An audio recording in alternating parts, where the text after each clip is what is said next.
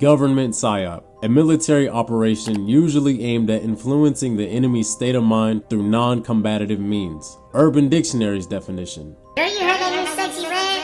Girl, yes I did. Fuck my baby daddy. Girl, yes, fuck that nigga. You see who's on the thumbnail of this video. It's only right for me to bring out the Oochie Coochie bonnet on them. Government psyops are usually a military tactic, but in 2026, government psyops come in the form of entertainers. Rather it be your favorite artists, actors, streamers, athletes, there's a plant in at least one of them. In this video, I will tell you who I think is the top 5 government psyops in our forms of media. As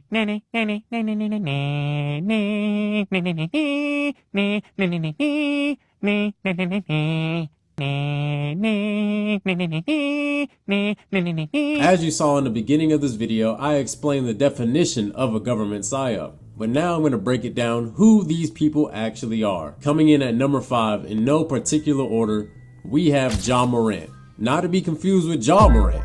Ja Morant comes from Dalzell, South Carolina, which is a suburban rural mix, and the crime rate is 43% lower than the national average. Bro looks soft as baby food, and that's coming from me. But you see, for some reason, Ja Morant craves to be a thug. We don't know why. Flashing guns on IG Live in the club, throwing up gun emotes after every celebration, and trying to fight players on the court. But Mr. Morant doesn't have to do all this. Ja is on a 5-year, $197 million contract. He does not need to act this way. He's influencing all the suburban kids to ditch their upbringing, spin the block on the ops, and up pole if anybody looks at you sideways. Therefore, he is a government psyop to destroy the youth. Number 4, Oklahoma City Thunder.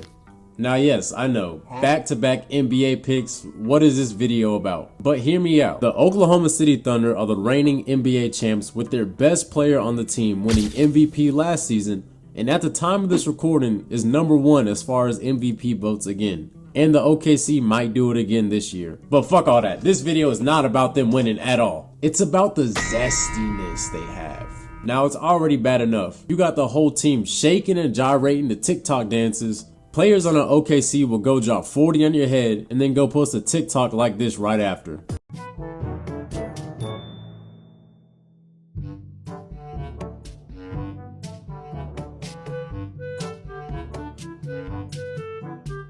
He's gay, isn't he? Yep. And I was his biggest fan. That make me gay, don't it? Yep. Now recently this season, they ended up acquiring Jared McCain, which I don't even know how the fuck the 76ers let that shit even happen. But anyway, if you don't know who Jared McCain is, he's another young talented guard that personally, I believe if he didn't get injured, would have won Rookie of the Year last year. That's just me. But he may be one of the most hated on players just for a few simple things. The biggest being he paints his nails and he plays ball. That's kind of really all it is. But oh, he's also very known for some questionable TikToks. They just call me the Zesty Hooper. They do? He honestly makes Big Purr seem like Jason Tatum. So yeah, with the OKC now having Jared McCain on their team, they are potentially starting a new dynasty with the most zestiest roster the league has ever seen, influencing a new generation of players to be just like them. Number 3, Sydney Sweeney. Now on one hand, I gotta respect Sydney Sweeney for not complaining about the roles that she's given and leaning into her typecast. But at the same time, I feel like when shit hits the fan in America, the government is just gonna throw a new Sydney Sweeney movie or a new commercial out just to distract us from the truth. They want us to argue over her. If it's not about her American Eagle ad, then it's about a movie she's flopping in. And if it's not either of those, it's about her dressing up as a baby. Yeah, she's definitely a distraction to the world, because what the fuck is this? Number 2, Lacey. Now the thing about Lacey is the fact that... Wait, did you know that Lacey is live? Nigga, you think I give a fuck if Lacey is live? Nigga, fuck that fat white ass nigga. You think I give a fuck? Lacey is someone who I would say has the dumbest takes I've ever heard in my life. For example, Our job is hard. Going to be entertaining and doing this whenever you're 45 years old, 50 years old? He's already 45. Shit. There was a time where I was only making $10,000 And a so, month. like, but this is what you're doing for the rest of your life at 30 years old. Hold on. Man, Ma'am. There was a time. Let's see, let's do a little bit of math here. That's $120,000 a year. If we carry the 1 over, there's about 160 hours per month. If we equivalent working 40 hours per week, in theory, he'd be making $62.50 per hour if he worked a 9-to-5 job.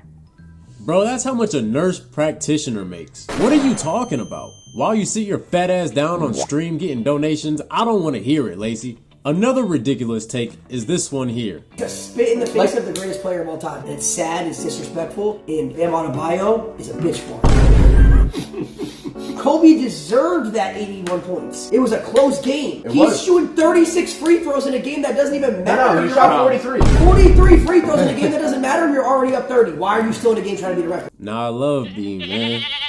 R.I.P. Kobe, bro. I just want to muscle up the energy from you to say this. One more time for you, Kobe.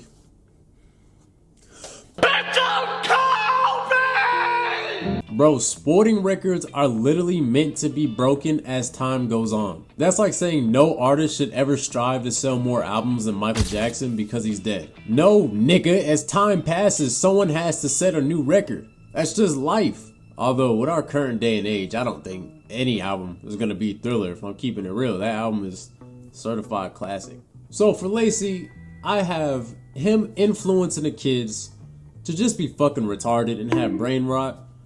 And that's damaging the youth, so that's why he's at the number 2 spot. And if you made it this far in the video, which literally might be nobody, it shouldn't come as a surprise who the number 1 is. I mean, just look at the thumbnail. I don't even know where to start with Sexy Red. Now, I would not personally consider myself a big Sexy fan, but I would be lying to you if I told you I didn't feel like Shawn Michaels when Hang With a Bad Bitch starts to play. That shit just fits too perfectly for him. And when you're out drunk at the club, and looking for the hoes start to play, this is how I'm getting down on the dance floor every time. There's something about her music that is so catchy to the unlistening ear. But if you actually turn your vibe meter down and listen to what she's actually talking about, she may just in fact have the worst lyrics you've ever heard on a track. On the song Since That Guy Gave You, she raps, "Put a perk 30 in my asshole, your bitch born, she a lame hoe." And on the song Awesome Jawson,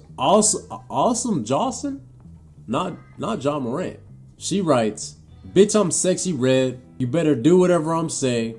I'm on my period and his blood drip." Nope, I'm done. Video's up. Video's over.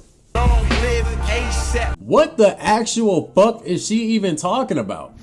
Now, I'm not gonna lie, I be listening to some bullshit sometimes. I'm pretty aware of that. You hop in a car with me, you might get some shit that makes you feel like this. I gotta cut the shit the fuck off.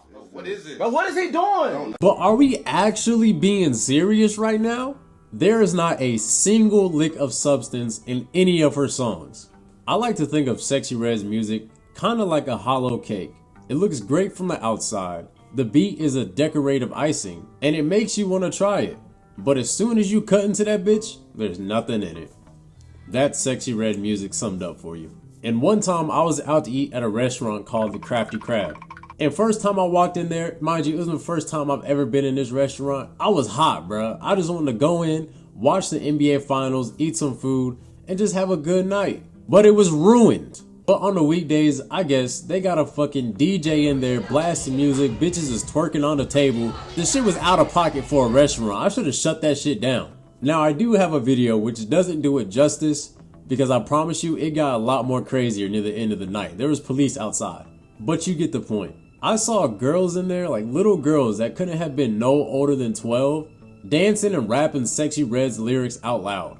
And I'm sitting there eating my food, looking up at the game, get me my drink, thinking to myself, bro, is nobody gonna talk about the fact these little ass girls are rapping these lyrics? Like, I get it, it's cute, your kid is dancing, singing the songs, they're having a good time, but you as a parent, bro, you gotta change the fucking station. You can't be letting them listen to that shit. Play some Neo or some Daft Punk or some shit they can dance to, not Big Sexy. She is corrupting the minds of young black girls and making sure that they are always looking for the hoe. Yeah, shake it.